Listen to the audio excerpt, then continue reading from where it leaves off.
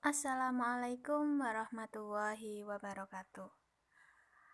Perkenalkan, saya Febityani Putri, NIM 2619011. Kali ini kita akan belajar mengenai toharoh atau bersuci. Di sini kita akan mempelajari dua subbab. Yang pertama adalah pengertian toharoh, kemudian bentuk-bentuk toharoh. Langsung saja kita ke pengertian toharoh. Toharoh itu apa? Toharoh itu diambil dari bahasa Arab yang berasal dari kata toharo. Artinya suci atau bersih. Menurut istilah, toharo adalah bersuci dari hadas, baik hadas besar maupun hadas kecil, dan bersuci dari najis yang meliputi badan, pakaian, tempat, dan benda-benda yang terbawa atau terdapat pada badan. Toharoh itu dinilai sangat penting karena merupakan anak kunci dan syarat sah sholat, seperti yang disebutkan dalam hadis Nabi Muhammad SAW yang berbunyi, Qala alaihi sallallahu alaihi wasallam, miftahus sholati at-toharotu, wa tahrimu hat-takbiru, wa tahlilu hat-taslimu. Yang artinya, Nabi Muhammad SAW bersabda, kuncinya sholat adalah suci, penghormatannya adalah takbir, dan perhiasannya adalah salam.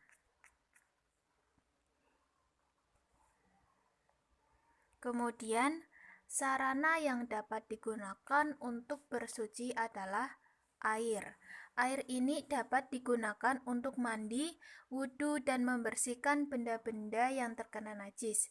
Terdapat beberapa jenis air yang diklasifikasikan berdasarkan fungsinya.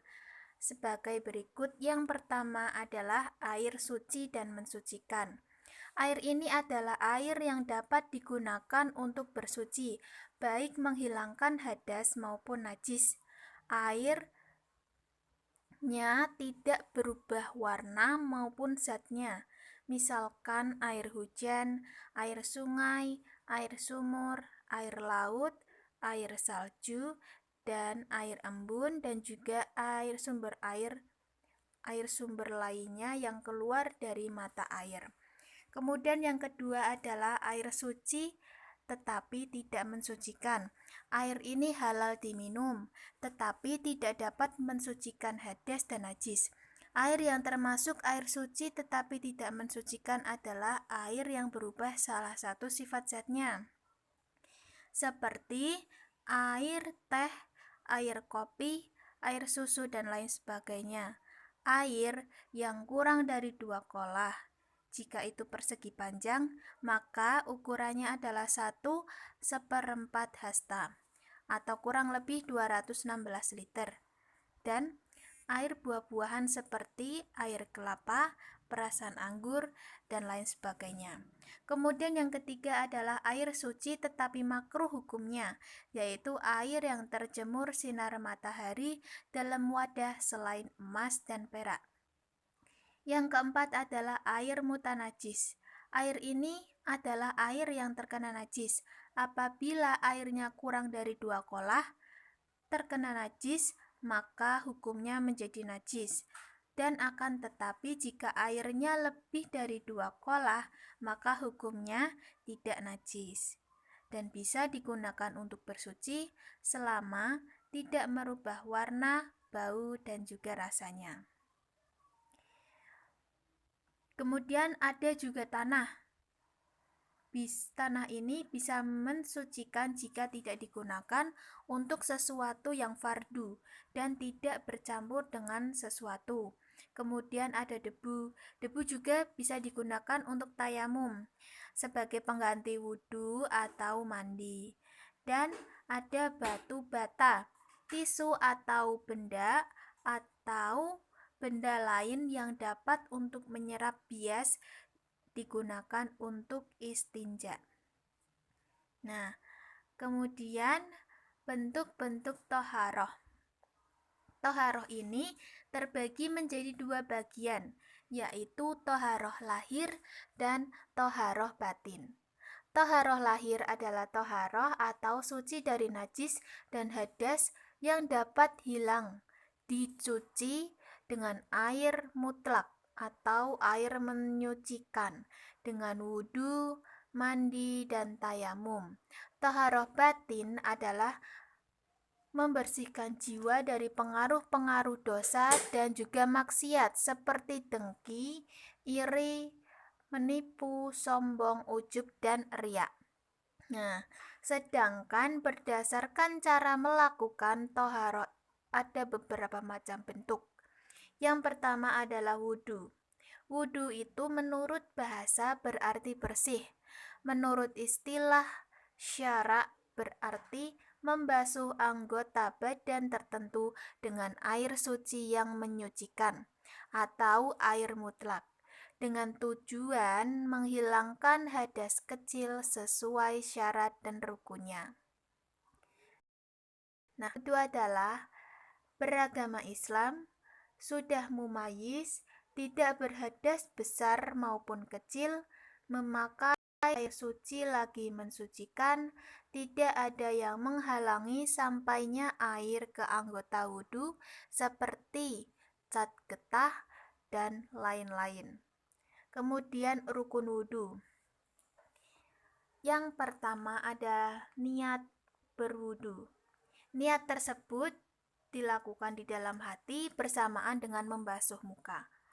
Niatnya adalah nawaitu wudu'a lil raf'il hadasil ashori lillahi ta'ala. Kemudian membasuh seluruh muka. Membasuh kedua tangan sampai siku, mengusap atau menyapu sebagian kepala, dan yang terakhir adalah tertib, yaitu berurutan dari pertama sampai dengan terakhir. Nah, selanjutnya adalah sunnah wudhu. Di dalam melakukan wudhu, kita disunahkan untuk membaca 2 kalimat syahadat ketika hendak berwudhu, membaca ta'awuz dan basmalah. A'udzubillahi minasyaitonirrajim. Bismillahirrahmanirrahim. Berkumur bagi orang yang sedang tidak puasa, membasuh dan membersihkan lubang hidung, menyapu seluruh kepala, membasuh sela-sela jari tangan dan kaki, mendahulukan anggota wudhu yang kanan dari yang kiri, membasuh anggota wudhu 3 kali, mengusap kedua telinga bagian luar dan dalam, dan membaca doa sesudah wudhu. Doa sesudah wudhu adalah sebagai berikut. Bismillahirrahmanirrahim. Asyhadu an la ilaha illallah wahdahu la syarikalah wa asyhadu anna Muhammadun abduhu wa rasuluh. Allahumma ja'alni minat tawwabi wa ja'alni minal mutatahhirin wa ja'alni min ibadika sholihin. Selanjutnya adalah hal-hal yang dapat membatalkan wudhu. Wudhu dapat batal jika keluar sesuatu dari kubul, bersentuhan kulit laki-laki dan perempuan tanpa pembatas, menyentuh kubul atau dubur dengan telapak tangan tanpa adanya pembatas, tidur dengan nyenyak, dan hilang akal. Nah, selanjutnya bentuk toharoh yang kedua adalah tayamum. Apa sih itu tayamum? Tayamum secara bahasa adalah berwudu dengan debu, pasir, atau tanah yang suci karena tidak adanya air atau halangan memakai air. Nah, syarat-syarat kita melakukan tayamum, yang pertama adalah ada sebab yang boleh mengganti wudu atau mandi wajib dengan tayamum. Kemudian, sudah masuk waktunya sholat. Sudah berusaha mencari air, tetapi tidak juga menemukan air. Menghilangkan najis yang melekat di tubuh dan menggunakan tanah atau debu yang suci. Biasanya kita menggunakan debu yang ada di tembok. Kemudian rukun tayamum. Yang pertama adalah niat, kedua mengusap debu ke muka, mengusap debu ke kedua tangan sampai siku, dan yang terakhir adalah tertib. Nah, sunnah tayamum diantaranya adalah sebagai berikut. Yang pertama apa? Membaca 2 kalimat syahadat ketika hendak bertayamum. Kemudian membaca ta'awuz dan basmalah. A'udzubillahi minasyaitonirrajim. Bismillahirrahmanirrahim. Kemudian menepiskan debu yang ada di telapak tangan, merenggangkan jari-jari tangan, menghadap kiblat dan mendahulukan anggota tubuh yang kanan dari yang kiri. Nah, hal-hal yang dapat membatalkan tayamum itu adalah semua yang membatalkan wudhu juga membatalkan tayamum. Keadaan ketika seseorang melihat air suci dan mensucikan, tetapi itu sebelum kita melakukan sholat. Kemudian yang ketiga adalah murtad. Nah, bentuk toharoh yang ketiga adalah mandi wajib. Mandi wajib itu disebut juga mandi besar, mandi junub atau mandi janabat. Sesuai dengan firman Allah Subhanahu wa taala, wa in kuntum junuban fatahharo. Artinya, dan jika kamu junub maka mandilah. Quran surat Al-Maidah ayat 6. Nah, rukun mandi wajib ini ada beberapa rukun. Yang pertama adalah niat.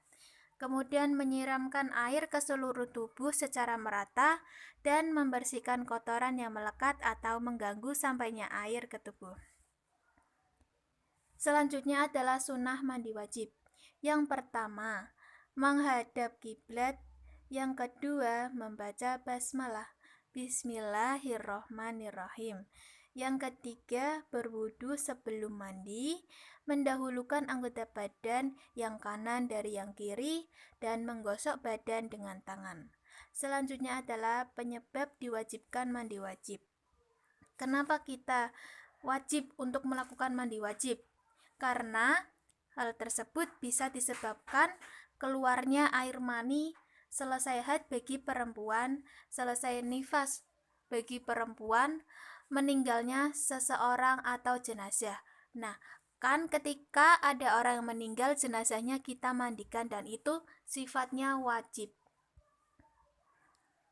Nah, seperti itu pembahasan kita belajar mengenai toharoh atau bersuci. Sekian dari saya. Apabila ada tutur kata yang kurang berkenan, saya mohon maaf. Billahi taufik wal hidayah. Wassalamualaikum warahmatullahi wabarakatuh. Semoga materi kali ini bisa membantu kalian dalam memahami apa itu toharoh. See you next time.